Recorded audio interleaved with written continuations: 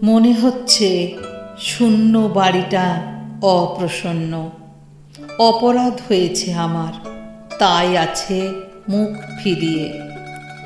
ঘরে ঘরে বেড়াই ঘুরে, আমার জায়গা নেই, হাঁপিয়ে বেরিয়ে চলে আসি। এ বাড়ি ভাড়া দিয়ে চলে যাব দেরাদুনে। অমলির ঘরে ঢুকতে পারিনি বহুদিন, মোচড় যেন দিত বুকে। ভাড়াটে আসবে, ঘর দিতেই হবে সাফ করে, তাই খুললেন ঘরের তালা। একজোড়া আগ্রার জুতো, চুল বাঁধবার চিরুনি, তেল, এসেন্সের শিশি, সেলফে তার পড়বার বই, ছোট হারমোনিয়াম, একটা অ্যালবাম।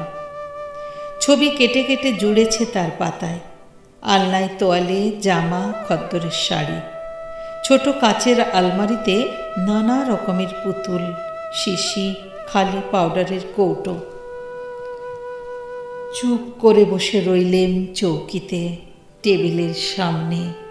লাল চামড়ার বাক্স, স্কুলে নিয়ে যেত সঙ্গে। তার থেকে খাতাটি নিলেম তুলে, আঁক কষবার খাতা। ভিতর থেকে পড়ল একটি খোলা চিঠি, আমার ঠিকানা লেখা, অমলির কাঁচা হাতের অক্ষরে। শুনেছি ডুবে মরবার সময় অতীতকালের সব ছবি এক মুহূর্তে দেখা দেয় নিবিড় হয়ে। চিঠিখানি হাতে নিয়ে তেমনি পড়ল মনে, অনেক কথা এক নিমেষে। অমলার মা যখন গেলেন মারা, তখন ওর বয়স ছিল 7 বছর। কেমন একটা ভয় লাগলো মনে। ও বুঝি বাঁচবে না বেশি দিন, কেননা বড় করুণ ছিল ওর মুখ, যেন অকাল বিচ্ছেদের ছায়া ভাবিকাল থেকে উল্টে এসে পড়েছিল ওর বড় বড় কালো চোখের উপরে। সাহস হতো না ওকে সঙ্গ ছাড়া করি।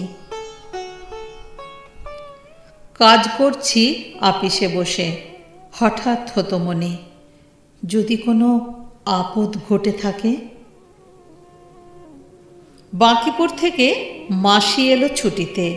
বললে, মেয়েটার পড়াশুনো হলো মাটি, মূর্খ মেয়ের বোঝা বইবে কে আজকালকার দিনে। লজ্জা পেলেন কথা শুনে তার। বললেন, কালই দেব ভর্তি করে বেথুনে। স্কুলে তো গেল, কিন্তু ছুটির দিন বেড়ে যায় পড়ার দিনের চেয়ে। কতদিন স্কুলের বাস অমনি যেত ফিরে, সে চক্রান্তে বাপেরও ছিল যোগ।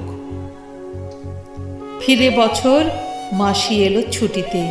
বললে, এমন করে চলবে না, নিজে ওকে যাব নিয়ে বোর্ডিংয়ে দেব বেনারসের স্কুলে।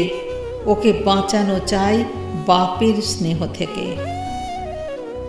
মাসির সঙ্গে গেল চলে, অশ্রুহীন অভিমান নিয়ে গেল বুক ভরে, যেতে দিলেম বলে।